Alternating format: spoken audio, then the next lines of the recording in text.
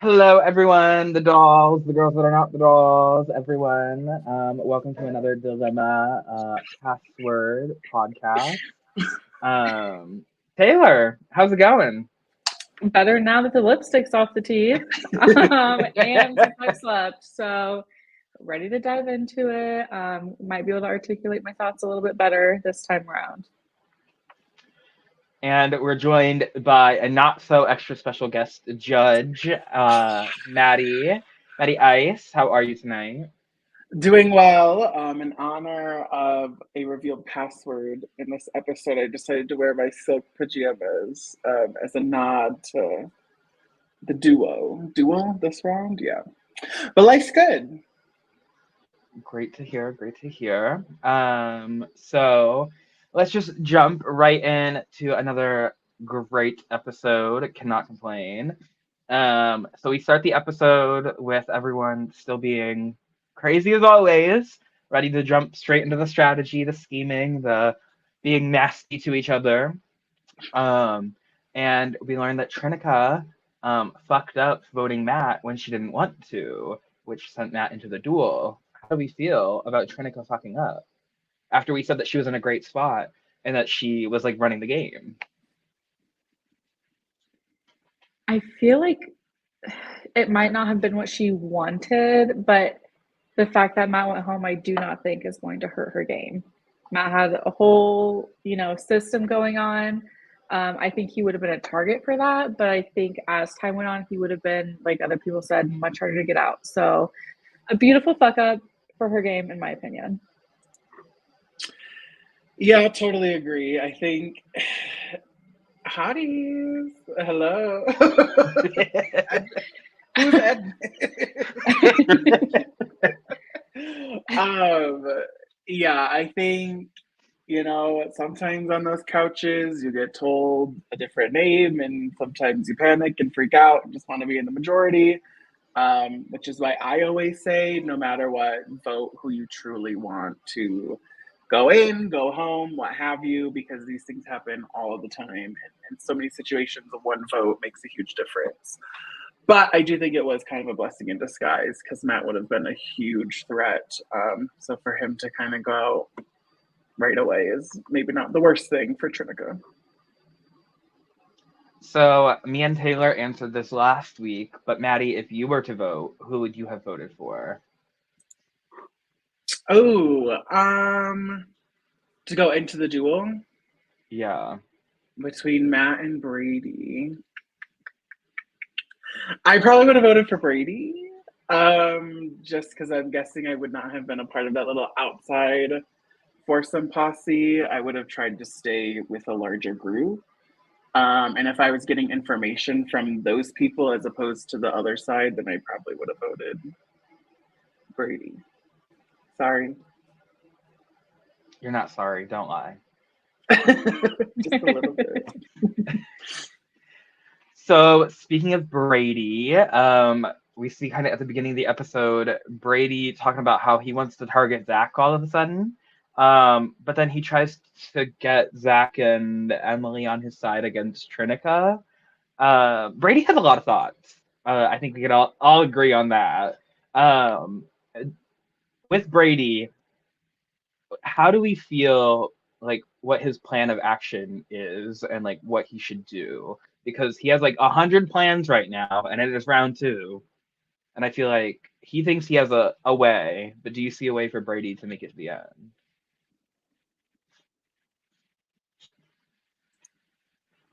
I I think was about to yes. ask if there Yeah. really is a plan because I don't know that there is a plan. I think like it's hard to, I feel like this is a game that can just go so many ways so easily. And at the end of the day, they can try and come for Brady and Brady can still clock him in a duel. So I wouldn't necessarily say that he like has no chance. Um, I feel like push will come to shove when we see like the notes Brady has taken because I think he is spending a lot of time socializing. And so like we'll see if that's paying off because we already know people are not being honest about what they're writing down. So I don't know. I think it'll be hard for Brady to stay out of the limb, but I think he could potentially stick around for a bit. Yeah, I think it was a little bit of panic of almost going into the duel of like, well, I know Zach's handwriting, so Zach has to go. And oh, I found out, he thought Trinica was gonna vote for him, but ended up not. So he was against Trinica. And it's just like trying to figure out which way to go based on who voted for him.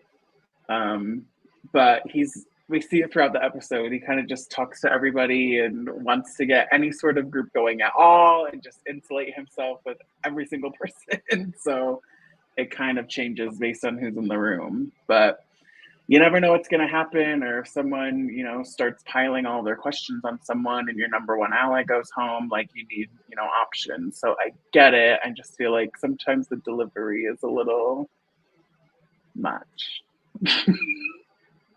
Yeah, I don't know. I think it's just the fact that I feel like people are going to underestimate Brady when it comes to like the duel and stuff. So they might see him as a target, but I think like we saw this episode, especially people have switched to they piled votes on. Like we saw, like a lot more questions about like Zach.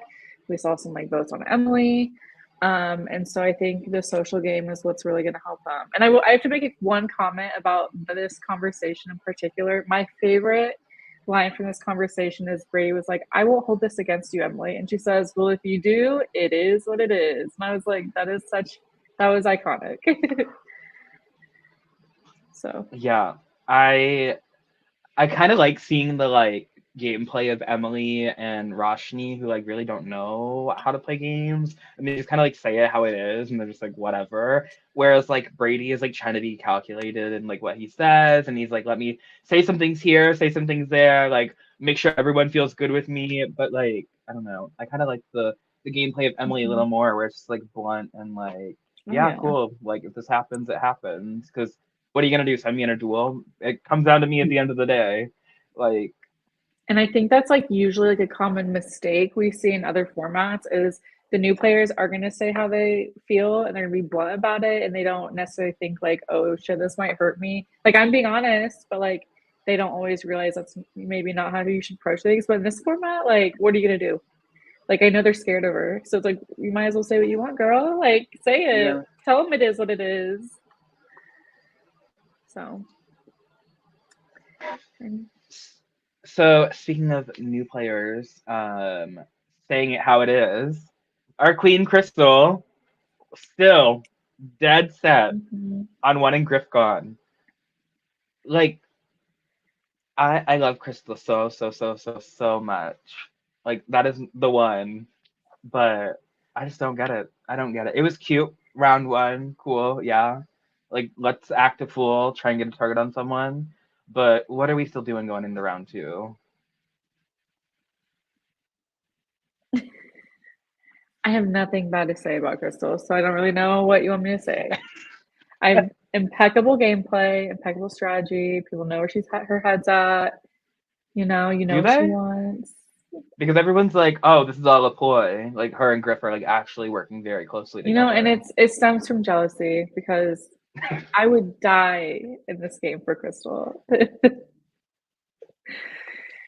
But I don't know. Being dead set about wanting Griff gone, I think it's funny, but I don't know if she wants to do it because of past games and whatnot. But at the end of the day, like I don't think Crystal has like the relationships elsewhere to die on that hill. Because if I think Griff would be more willing to work with Crystal than other people at this point, so.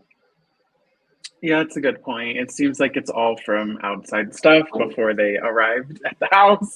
So, and a lot of the times it's like better to at least get something out of those relationships early on. And it just is like against, Griff and Blizz, Crystal was just like, they both gotta go. So yeah, I don't really understand it, but that's her game, I guess. So. And yeah, I was gonna say, kind of on the same topic, could you imagine just standing here and hearing not only people talking shit about you, but the people who you like know from before the game talking shit about you? I wish I had like clipped the image of her like just in the hallway. You hear the words, just like work, like 8 different times from like 20 perspectives. And I was just like, oh, this is crazy. This is crazy. It's exactly what Dilemma is. Just chaos. Chaos, yeah. I don't know what Crystal expected. Like, people were gonna talk shit, especially Griff and Blizz, who she was like after so hard. Like, if you could talk shit about us, like, I'm gonna sit downstairs and talk shit about you. Like, I already know that you're doing it. Like, cool if you could hear me. Like, and I feel like they were making it a point to be like a little like extra loud so Crystal could hear wherever she was. I wish there'd been more of a confrontation about it. Like, I wish it was more, but I get it. Yeah.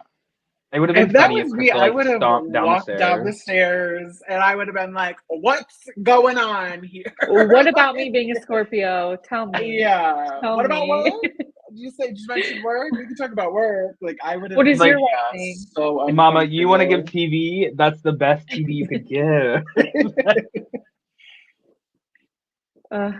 Kind of like speaking about, duos who've like come to the game kind of knowing each other. What do we think about Emily and Roshni like wanting to like not split up? Like, do we think this is good for them? No. Good for them? No. But I kind of get it from their perspective. They are always like, we don't know what we're doing. We're new to this. They drove down together. Like, they don't know this gaming community at all, it sounds like. And they're there because, they're Taylor's friends and they, it's a fun, weekend or day or whatever for them. I think it's hilarious. I love that they're just like openly like, yeah, we're never gonna go against each other. It's like, okay. It kind of gets them into a mess later in the episode talking about duos and stuff, but it's an interesting take. And again, though, this isn't like a voting out situation. At the end of the day, it always comes down to you in the duel. So if you can, even if you are so publicly out there with somebody, if you can strategically place your questions on the right people and just gather information, then like they may not be able to do anything about it anyways, depending on the matchups. Yeah, I think socially it kind of makes no sense just because like you risk having everyone put questions on the two of you like in hopes that they're against one of you. And I think they could gather more information if they're separate, but I get like the safety net of like staying with each other, like they know each other, and it kind of like pushes to everyone like if you're gonna work with me, you have to work with her as well. Which I mean we kind of see where everyone's like, well, it's either we're against them or we can just work with them, and they're good numbers for now because they're two reliable votes. So I think it's an interesting dynamic that we don't see a ton in games, and I think like that's what this like format gives. Yeah, I think I'm gonna go ahead and go with the opposite, hot take or not, since both you said no, it's not a good move. To me, at the end of the day, the moment someone sees you as a duo or a trio, what is the point of splitting up? Because you will always have that perception. And I think especially like a unique situation for these two is that they haven't played these games before. So if there's a voting out game, I think it'd be a little rough. But for this game in particular, I think we are going to see the people that know each other, the vets. They're going to eventually, I think, really use Emily and Roshni to try and do whatever they want to do. So I don't know. I just feel like you will never shake a perception. Like whether you split up or not, you can try and like lay low, but like people know they came together, and so like roll with it. It's not a voting game. I think it'll be. I think it's fine. I agree in the sense that if I was another player in the game, that's how I would feel. I think for them being so like, yes, we are tied to like, if I wouldn't go into a game with, a partner and do that because it does automatically place that perception upon me. But yes, as another player, and I think like that's what Abrielle was saying, where she's like, I'm not that threatened by them. And if they're a duo, I'll keep them in the game because people are going to want to split that up before they come for me. So yeah, as another player, I 100% agree. For sure. So we've kind of touched on the trio that hates each other, and we've touched on the duo that loves each other. Let's talk about Brady wanting to build a 6. And which ends with Abrielle telling him to chill. Girl, like, I don't know. Brady is the type of person that just needs numbers on his side that are like, no matter what, like, yes, the vote will go this way. And like, I get it, but like, a 6 out of 9. Ma'am, where are we going in 2 rounds? Because you know at 7, someone's gonna be like, I'm number 6. Like I gotta do something. And that person's gonna be Brady. Like so he built the 6 and then he's gonna flip on it at 7. Honestly, he's gonna flip on it at 8. Like we know going into the next episode, he's gonna be like, oh, I want to work with these 2 people that I left out of my 6. Like, let me go work with them. I don't know. It just makes absolutely no sense to build a 6. I think if you want a little group, I think a trio is good enough. It gets you enough information. You could kind of like work around like people clocking it. And I think for the 100th time in the past 2 episodes, Abrielle is very correct that Brady needs to chill. I think that was the lesson of the episode, is just pump the brakes a little bit. A little more cool, calm, and collected can go a long way. 6 is a lot. It's gonna get out. There's definitely, like, they all have their other relationships that they would rather work with as well. So they're gonna tell that person, and everyone's gonna know within a matter of 2 minutes. So if you can get a more secretive group, a smaller group, a trio makes total sense. I could even maybe argue for a 4th, just so you can really spread out your questions amongst a bunch of other people that you deem as threatening. I think that would go a lot farther. But yeah, it's interesting to see, because we're not making voting blocks here. Like, you need to get information.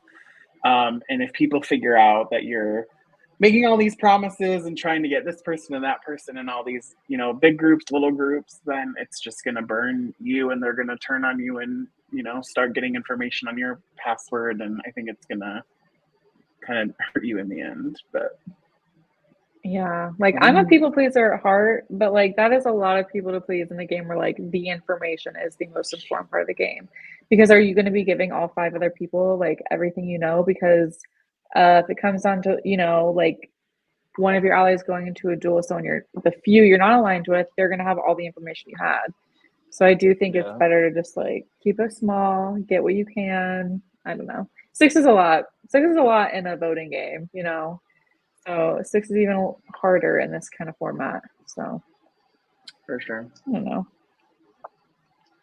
So we move into the challenge, which was honestly my favorite challenge so far. Categories. Can we just campiest challenge ever? Like, if you told me that I had to sit through like 20 minutes of categories, I would have been like, ugh. But this cast made it so fucking funny with just the way that they did it, like the way that they all reacted to things, like just bow down to them. It was not driving me crazy. Yeah, some of the responses were very... Oh, sorry, go ahead, Taylor. No, you're good. Some of the responses were very funny and creative and things that I would not have thought of.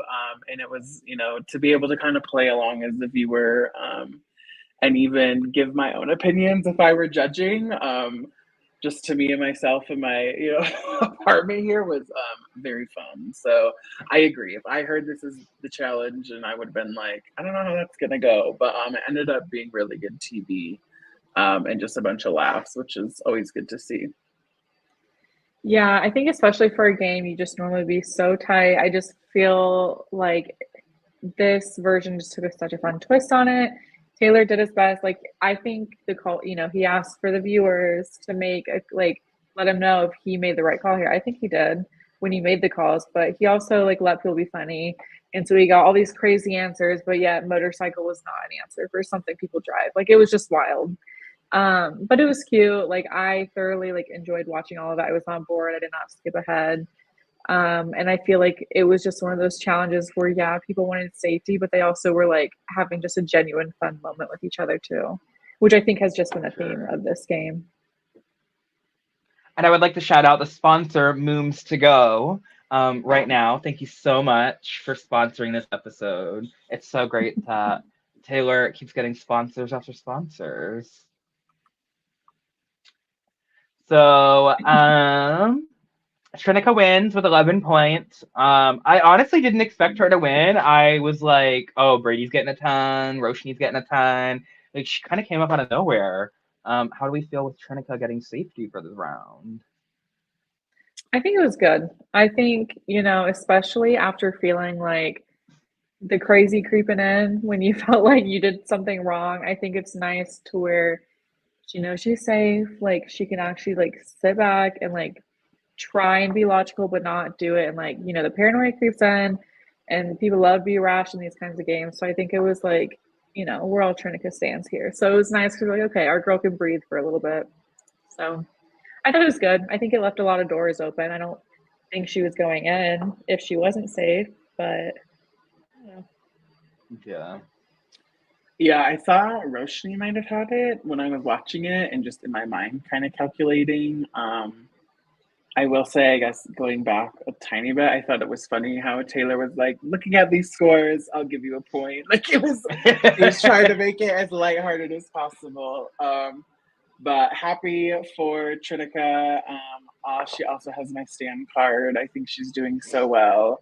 And yeah, I think after what she might have seen was a mishap from the previous dual vote, it's nice to have a little bit of calmness to kind of reset your mind and refresh. And with her secret ability, not secret, but like special ability to be able to use later on, it's a way to gain favor with somebody. And especially on who she uses it on, I think that person will remember that. And that can go a long way as well. So kind of a double win for her. Very quick shout out to 8-Bit Dylan. If you like to watch or play all sorts of games, he streams on Twitch all the time. 8-Bit Dylan, but the number 8. So had to give our good sis a shout out there. Yes, love our sister. Go watch him. I don't know his streaming schedule, but it's mornings to mid-afternoons. So go follow him. But Maddie, you brought up Trinica's little power for winning. So Trinica gets to save one of the bottom 3 because there will be a bottom 3 this round. Everyone gets 5 votes to cast. They could cast them however they like. 1, 1, 1, 1, 1, 2, 1, 1, 1, 1, all the fun little votes. 5 on one person, whatever you want to do, whatever your heart desires. The top 3 vote getters are in the bottom, and then Trinica gets to save one. Would you want that power? Because yes, you're saving someone, but also you're sending 2 into the duel. I just have to say, my ass would not want the power. We saw me crying Greenhouse 6. I wouldn't want to make the decision. But, I'd like to say I would like the decision. And I'm also going to have the hot take. I feel like the decision made was not great. I think it probably was good for Trinica's social game with Emily. But I think a strategic level, you should have sent in Emily and Zach. Like, I feel like they're both people who are perceived as like the really calculated players. And they're, I think they're both well surrounded like socially. Whereas I feel like Crystal, which I think Crystal is underestimated. Crystal's chaos, but Crystal's like an easy vote. So I was kind of hoping to see, I wanted to see the Zach, Emily, head to head. But that's my little hot I don't take. know. I think I would say she made a great move because, like, all of a sudden Emily's name came up out of nowhere. And if you know that Emily and Roshni are, like, tied to the hip together, like, it's a 2-for-1 deal, and it's a newer player that doesn't really know, like, exactly how games work, and, like, you could tell that she's playing very loyal. Like, if you save her, you have both of them on your side now. And I feel like Crystal, yes, is, like, kind of the easy vote, but I feel like you could say the same for like Emily and Zach. I feel like those 3 people specifically, like their names will keep getting brought up. And I feel like her saving Emily kind of gains favor with the side that she didn't have favor yet with. That's true. I will give you that because she did have the least amount of votes, which is what Trinica was going off of.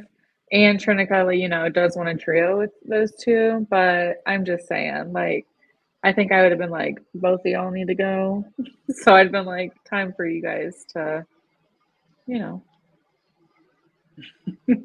So I got distracted by the comment about I me. was reading. I think I have several thoughts for this, so hopefully I don't ramble too much. One, I'll start with Trinica saving Emily. I think makes sense only for Trinica and Roshni. Anyone else, I think, wouldn't have saved her. But we see those three kind of linking up this episode. That's who Trinica is kind of like with right now, I would say. So for her, I think it does make sense. Also, I see the point in saving Crystal because she is kind of all over the place, and that's why we love her. But people, I think, have a good amount of information on her. So I would maybe keep that person around in case I end up in a duel with that person. I'd rather have more information against against whoever I'm going against in the duel. But another thing that really was odd to me was that as soon as the round started, Crystal was like, I know I'm going in. I'm going in. So, like, I'll be there. Send these other two people, but I'm going in. It was almost like she put that on herself. I don't know that necessarily if she wouldn't have taken that route that she would have been put in. I could be wrong, but it was like she didn't give anyone the option. It was like she asked for it. She got thrown in. So I feel like the whole perception of the entire round was Crystal's going in no matter what. And it was just figuring out who that other person was. And the last part I remembered was I think Trinica was very, very smart and she was going to save Emily the whole time. And once she heard the vote count, she used that third place as an excuse to keep Emily, which I thought was genius. So props to Trinica for using that. Those were a lot of thoughts all at once. I will bow down. Like, not in hindsight, I agree that for Trinica specifically, good move. But for like, I feel like anyone else, probably I stand by it. Yeah, I agree. Also, since we're kind of on the topic, do we think the way that people split their votes, knowing that they had 5 anonymous votes, like, are you surprised we didn't see more of like the 5, like the hidden assassin, like, oh, people are splitting their votes this way? I think I would have dogpiled my votes on someone as well because it's anonymous. You can just be like, like you're in a group of 3 and both you're like, yeah, I'll split it this way. You'll just hide behind their votes. But the vote count was kind of low, I think, in general. I don't know. I think it was smart how like Emily, Roshni, and Trinica were like they sniped Zach pretty much because they're like, if everyone's splitting between Crystal, Emily, and Roshni, if we all just put our vote somewhere, that eliminates one of you two from the equation, period. And I think that was probably the best way to use that round because like if there was Brady's mystical 6 that he created, that's a way for like the people like not in the 6 to kind of come through and just get at least one person not like in that 6 in the elimination. Especially with Trinica having the power to save someone. So in that trio, it's like if we can just get like if one of us are down there, cool. If both of us are down there, then like one of us could go home. So it was a perfect setup for those 3, I think. For sure. Good point. It's true. So they get to ask their little questions again, and Brady comes outside, asks this question, and then he said, "I'm sick of these bitches thinking that they could take me out. This one's for you, Brody." Shout out Brody. We love Brody. But how do we feel about that saying? Rock, paper, scissors? Oh, I'm so sorry. I'm gonna show my I'm still catching up on all of the seasons, so I don't understand the Brody lore. So that's my own mistake. So sorry, Brody and Brady and everyone involved. But so I don't know. That's a question for Taylor. I don't know. It's giving. We're about to see a fucking warpath, and you either get behind me or you don't. It's giving very Brody and All Stars, where he's like, everyone's just gonna target me, so let me act a fool, and that's giving very Brady right now. So I feel like Brady's pulling that energy because it worked for Brody for a very long time in All Stars, and I think Brady is hoping that it works for him here. I think it's a better format to go on a warpath because it's like, even if you're against me, you got to beat me. I know I've said that like another time, but I don't know. But it's I'm here true. for I it. mean, that's Let's see it. the name of the game. We named Yeah, this pod Brody because we want to see it, Brady. Yeah. So don't flop. And if you do, that's not the Brody way. It was kind of funny though too, you know, we have like the episodes Brody and then we have like Abrielle telling Brady to chill.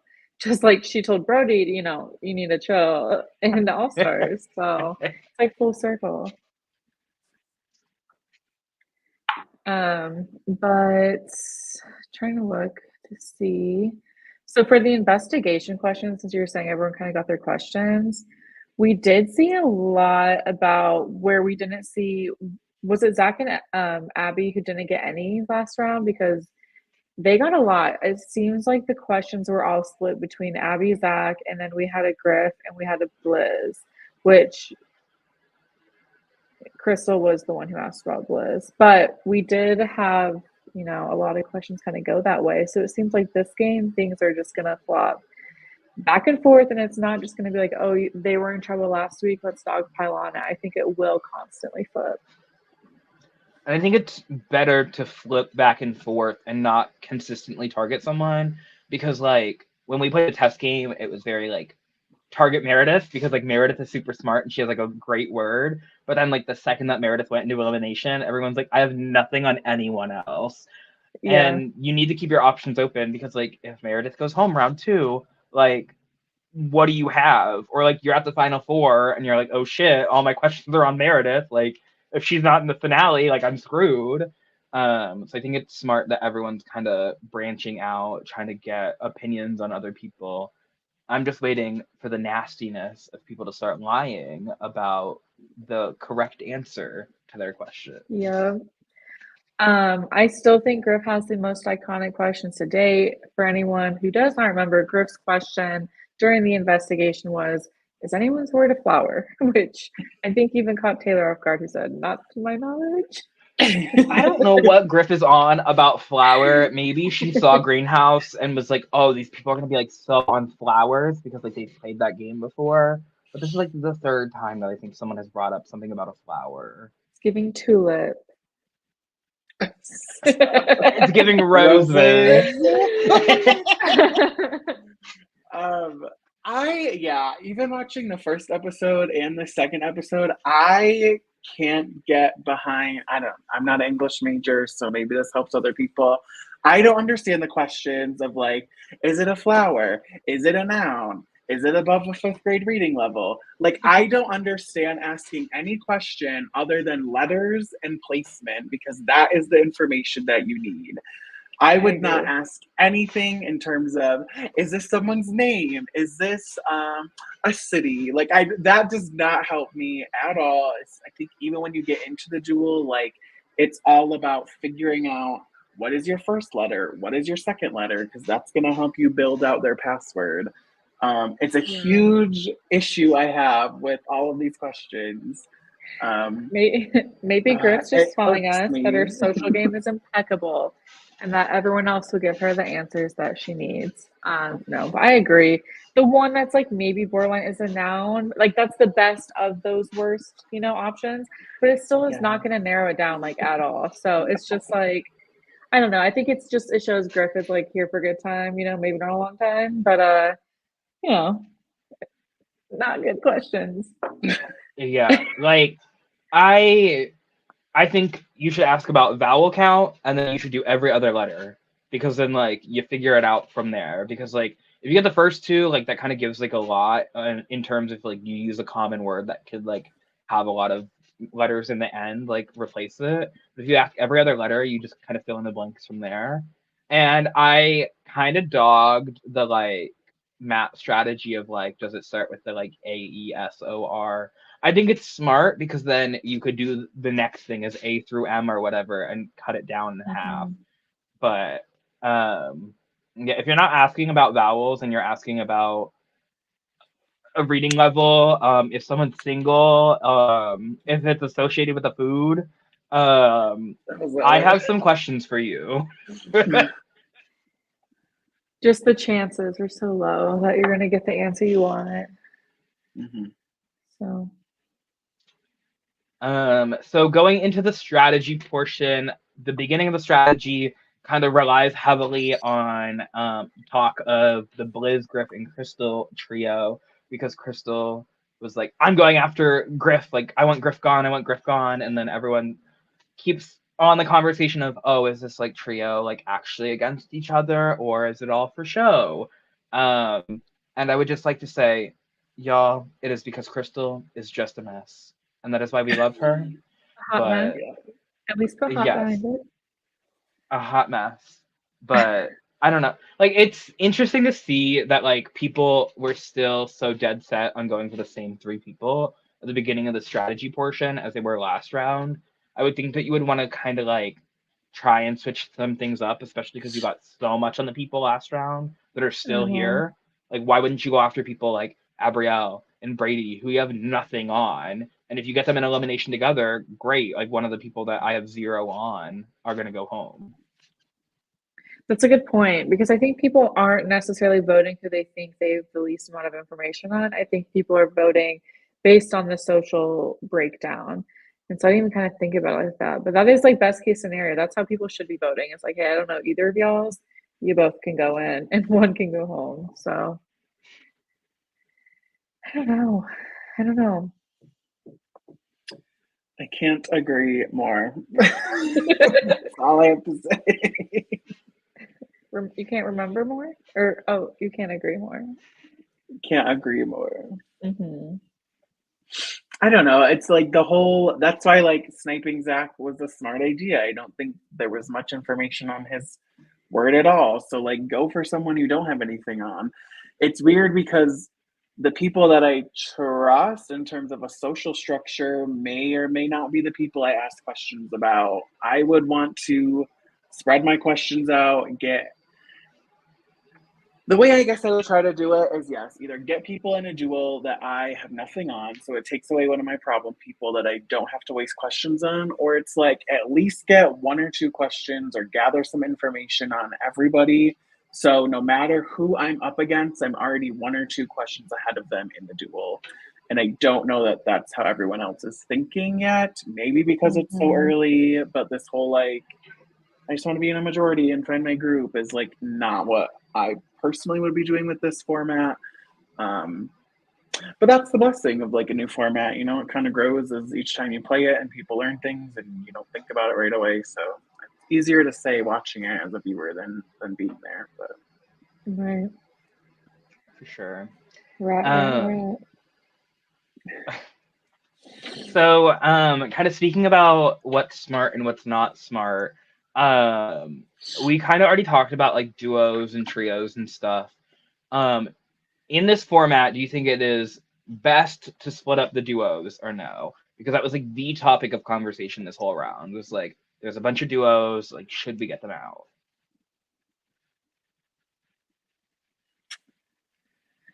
It is like yes and no, because they're like, it's not a voting game, but there still is a vote. But so it's like you want the duos out for that reason, because that is always, if you're not with a duo, that's always going to be extra numbers against you. But at the same time, duos in the game are always going to be a target ahead of you. So I think it just depends. Like if I'm working with a duo, I'm going to go with the duo. You know, chances are that they'll, even though they're my allies, they'll get clocked before me. But if I'm not with them, I don't know. I think I would just see it as like, these are also numbers against me. The information they're telling me is probably not true. Get them out. So I think it's just so dependent on like where you are aligned with them. I agree. I don't know if it's like duo specific. To me, it's more player specific. Because, like we said earlier, if I'm with a duo or a trio, that's 2 or 3 people that are going to feed me information. And if I know who they're asking their questions on, I can secretly ask my questions about other people and just build my little notebook or Rolodex of information. So it really just depends who it is. I think on paper, just splitting up duos doesn't really matter as much in this game as other games maybe. I think a lot of people are being like forced into a duo based on perspective. I think some of them are really unclear. But this like trio of like Liz, Griff, and Crystal. They're all not working together. I don't even think like Griff and Blizz are working that close together. So even though that's like a trio of these people, it really isn't. Brady keeps asking if he's like a duo with Abrielle, or if like Abrielle and Zach are seen as a duo, and it's like no one else is really talking about it. So it's like, I don't know. I don't love like, because then you're just forcing people to work together. And if you're the one spreading it, they're not going to be with you. So it's, I don't know. On paper, no, it depends who it is. It's like Taylor said, it really just depends. Yeah. So we finally see Brady get his little group of girlies together. Brady, Abrielle, Roshni, Emily, and Blizz, and he's like, "This is the 5. Like, this is who I want to like make final 5." Do we think this is Brady's true final 5? And do we think the members of this 5 agree that this should be the 5? I mean, it's a good 5. I like the 5. I like the mix. You're like breaking up all the duos and you're getting information from everyone. But like, I think there's no way this 5 happens. Like, not a chance in hell. I think if this was just like a pure voting game, great. It is kind of an iconic 5, but I don't see it going anywhere at all. I think the better move would, like we've said before, make a trio or even a foursome and just pull someone from each of the duos there, you know. But no, I don't think this 5 will be real. And I'll be pleasantly surprised if it does. You know, I won't be mad about it, but I don't think it will work. Yeah. I'm gonna need someone to refresh my memory. Was Brady at one point pushing like Roshni and Emily to go in or to split them up? Like, is this truly the 5 that Brady wants? Is that the perception? I don't know. I don't know. Let's ask Brady. Brady, when you watch, please comment because we have no idea. Because that's kind of what I was saying earlier. Is this just like a pitch because these are the people currently in the room? Which if he's just trying to get everyone to not ask questions about him, great. I don't know the true intention if this is his true 5. I also agree. Love these people. Love all of them. Would be happy with that final 5. I don't think it will work. I don't think it will stick. Well, Trinika's not in there, so I wouldn't be happy with this final 5. But so I don't know. I also really like Zach. I don't know. It's hard. I don't think there's much longevity in this group, and depending on if there's another winner of a challenge who has some other advantage, it may not be able to work out in their favor where they can just control the votes and who goes in. So I don't know. Right. Yeah. So we go to like start closing out the strategy portion. Zach, Crystal, Emily, and Roshni's name are out. We kind of touched on that already. And then we see a little one-off confessional from Crystal saying that she plays the social game well. I don't know if well would be the word that I would use. Perfection. But I don't know if that would be the word that I used either. But I love the confidence. I love that she's really living in her fantasy. Because sometimes living in the fantasy really works, and then it does go into your social game getting better. But how do we feel with Crystal's social game in this season so far? I don't think it works for her in this format. Honestly, though, I think in a normal game, I'd be so like listen, girl, I'll do whatever you want. But I don't think it works as well in this format. I would love to see her play a different one and not change a thing. Maybe a couple things, but you know. But no, I don't know. I really can't bring myself to talk shit about Crystal or her game. So, you know, I think she'll learn from this one. And I love the confidence. And I will let you two take over. I also love the confidence. Let me start there. Honestly, I think in episode 1, I could see it. I could see it working out. She was kind of able to talk both sides, even though she was like, Bliss is a villain. Bliss has to go. She still was able to talk to that side. I really can't get over the start of this strategy where she basically said, "It's okay, everyone, vote for me. I know I'm going in." Like, without that, if that whole train wreck did not happen, then like maybe. But I think she really asked for votes and she threw her own name out there. When I don't, even though she is very vocal about going after Blizz and Griff, I don't think they care enough to like they said, like, we're not going after her. I'm kind of confused by it. Like, she was able to do that and still skate by. I think she would have been fine. But she kind of threw her own name out there. So, based on episode 1, sure. Love it, absolutely. Episode 2 really lost me, unfortunately, because I love her and her energy so much. Yeah. Rest in peace, our social game. I don't know. Yeah, I already said my piece. I don't think it's a great social game, but I think it is a social game. But It's great television, either way. that, and I will stand behind that because Crystal is my favorite, even if she goes home this round. So, oh my God, we spoiled. No. So the last thing before we get to the votes and the duel is Emily, Roshni, and Trinica. We see make a little like kind of trio deal going on. I know that we've touched on it a little bit. But do we think that this trio is good for the three of them, and how do we feel about it? I love it, I think. I You do. think? I know. I do love it. I'm worried about it a little bit, but I would love to see those three go all the way. I don't know. Just I think first games for all of them, right? Like First live live games. games, yes. I First think live this games live for all of thing. them. And I don't know. I think that they can pull it off. I don't know. I don't know. I'm starting to feel brain dead again, honestly. But I'm in the same boat. I'm in the same boat. I love them in terms of people. Their kind of perspective on the game is very refreshing to me and not something you always see. The whole new player thing is fun to watch.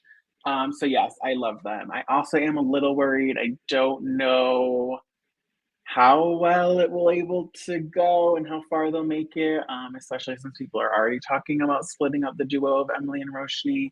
I don't know if people have really figured out what Trinica is doing in the game, and the longer that goes on, the more threatening that becomes. So I'm worried for her in that essence, where I think she's doing so well. People are just going to turn on her. And if like 4 or 5 people are really scared of you and say, for this round, can we just like get this threat out? I think you can easily manage that. So that's what I'm nervous for when it comes to Trinica. But she might be my favorite this season. So I stand her, stand the alliance, but I hope it goes better than my initial gut reaction is.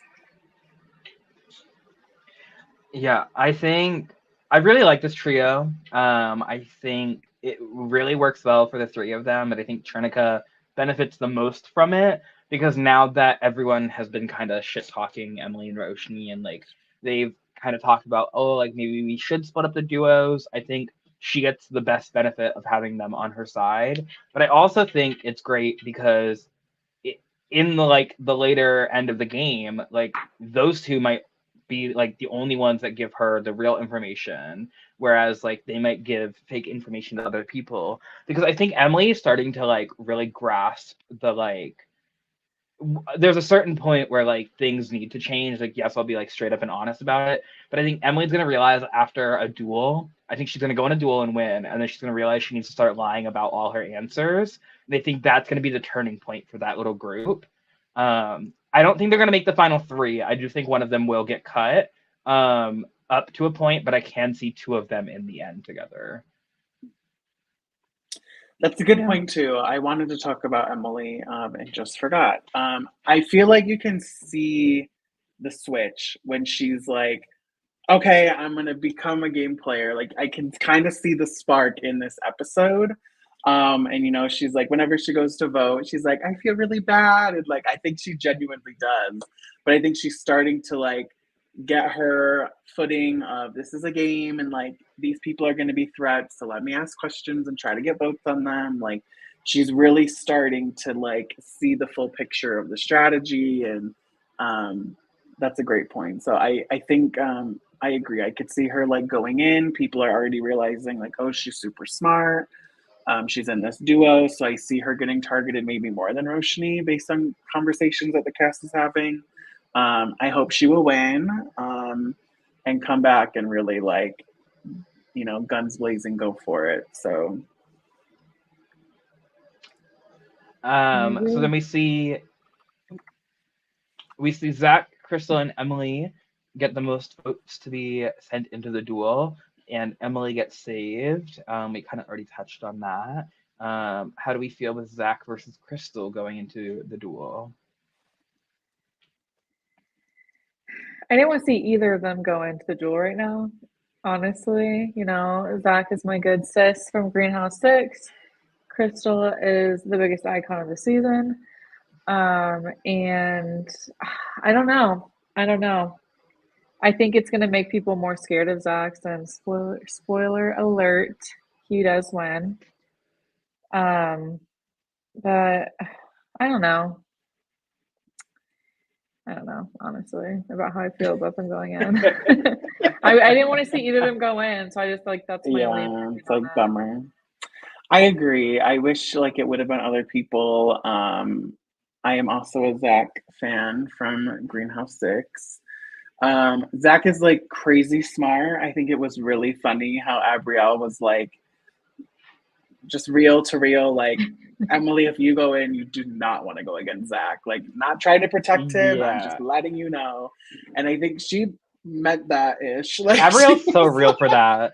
Because if someone told me that and like that's like your like full like sibling, like I'm gonna be like, okay, she sat me down and was like, for real, like this is not because like we're good. Yeah.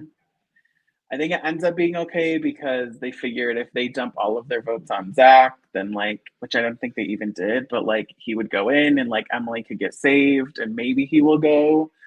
But I don't know. I'll wait to talk about the duel when we talk about it. But I thought it was an interesting note where Abrielle was like, I'm not trying to save him, but for real, like if you're in danger, he's the last person you want to go against.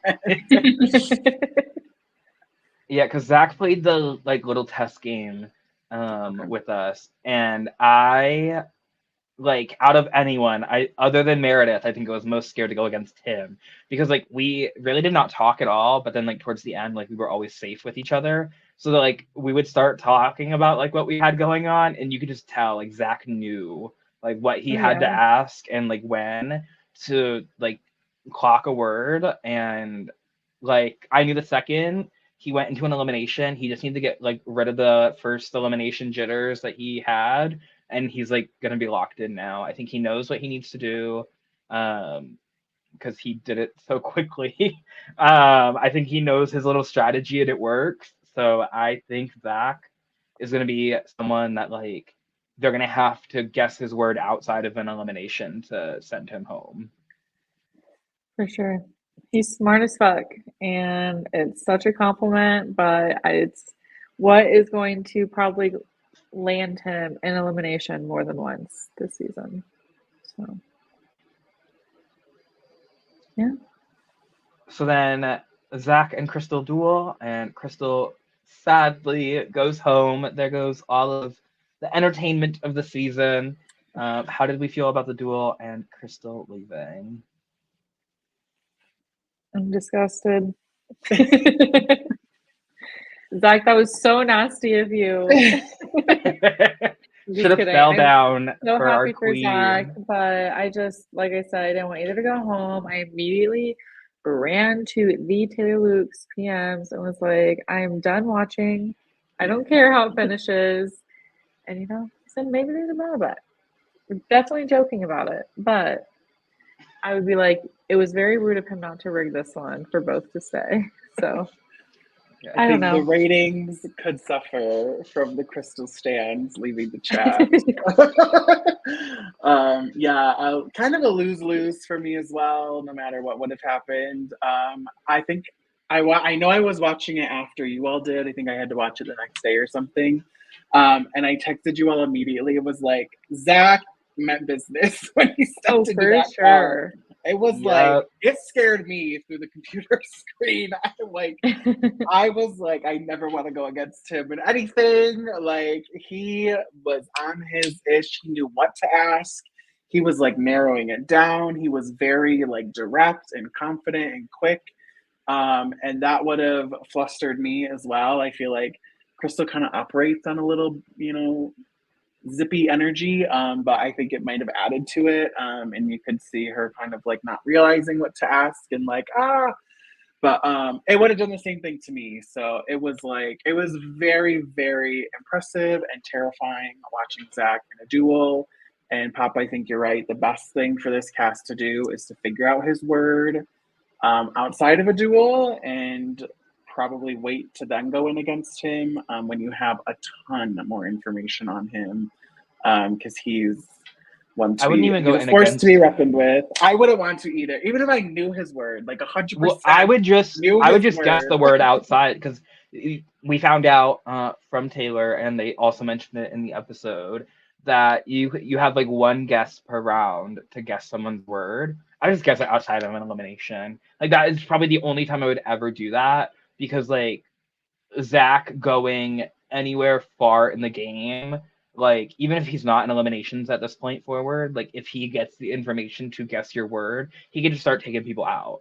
And I think that's the scariest part. Like, he is like what Matt wanted to be, in terms of like he knows like the questions he needs to ask to like get the word. So kudos, Zach. Gives him I know. I'm happy for Mama. Zach though, because I think if people already weren't like thinking that Zach's like clock's always turning, I think they're gonna be even more scared now. So I think, and I'm kind of hoping it gives them a little bit of power, So yeah, because imagine the first duel takes like 8 minutes, and then Zach comes in 2 minutes, and he's like, "We're done." Like, I would be scared. I would be a little scared. Yeah. I'd be like, can we sit in the car? Can we go get some chicken nuggets? Can we like go around the block? I think it's really, obviously the duels have to happen outside of like everybody else listening. But I think that really like will work in Zach's favor, because if like him coming back into the house, you don't realize like how he stomped that duel. And so if I were to see that, like it would just even further solidify my feelings of never wanting to go against him. So you can kind of come in and be like, it was really close, like she was one letter away, like play that up. So I think this will work well for him. I think it might get people off of him a little bit more, and because again, if my name's out there and he could possibly be out there, I'd be switching it to somebody else, because I don't want to risk myself going against him. I agree. So before we end this, let's talk about MVPs for the episode.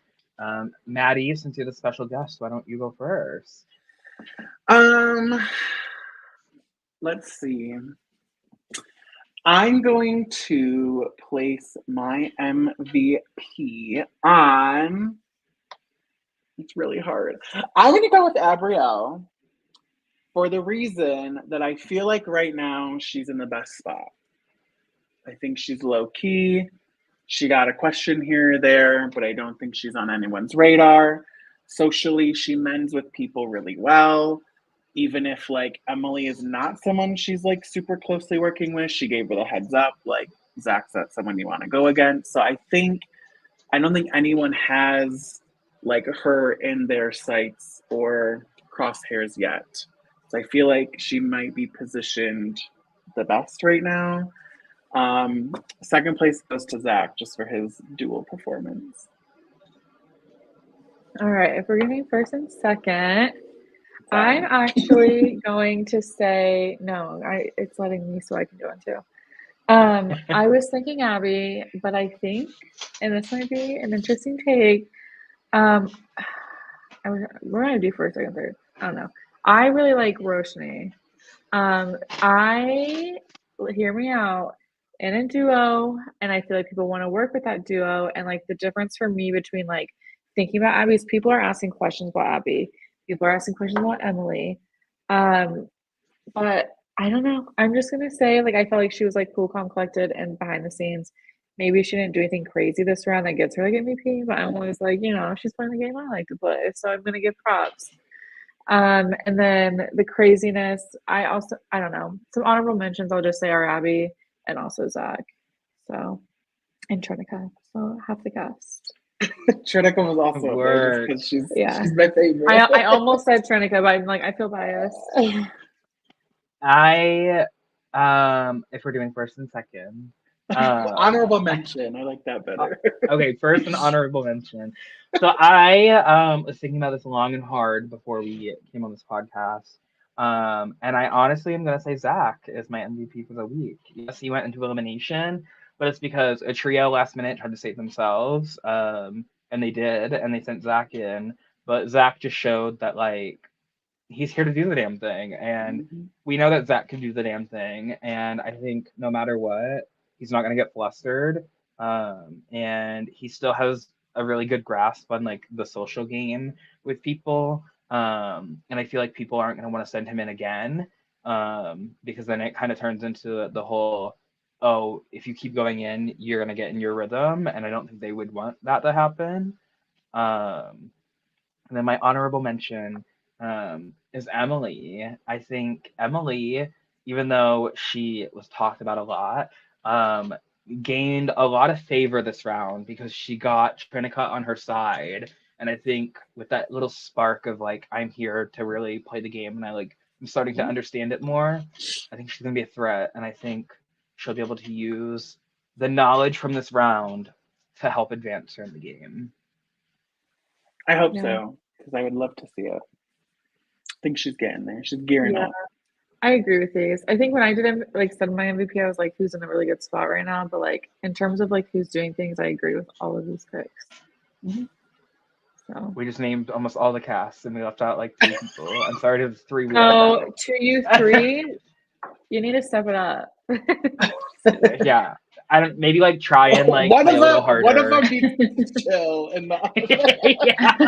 Wait, hold on. Brady, step down. Everyone else, step up. Brady, don't you change. We need the chaos for the pod.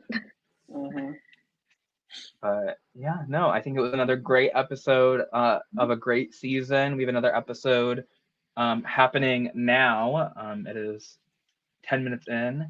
So make sure that you tune in to Dilemma Password at 8/7 Central on Taylor Luke's YouTube channel. I forgot to put the scrolling bar up again. I am so sorry. So sorry.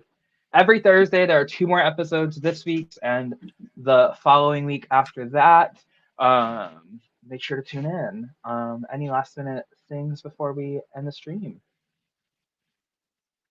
Crystal was robbed again. I'm gonna say it. She was pushed. It's gonna be a little more boring without shout out Mother Valencia. We'll never forget to shout out Mother queen. Valencia. But yes, thank you all so much for watching. Have a great night and fuck Edmund for not showing up. Yeah, Edmund.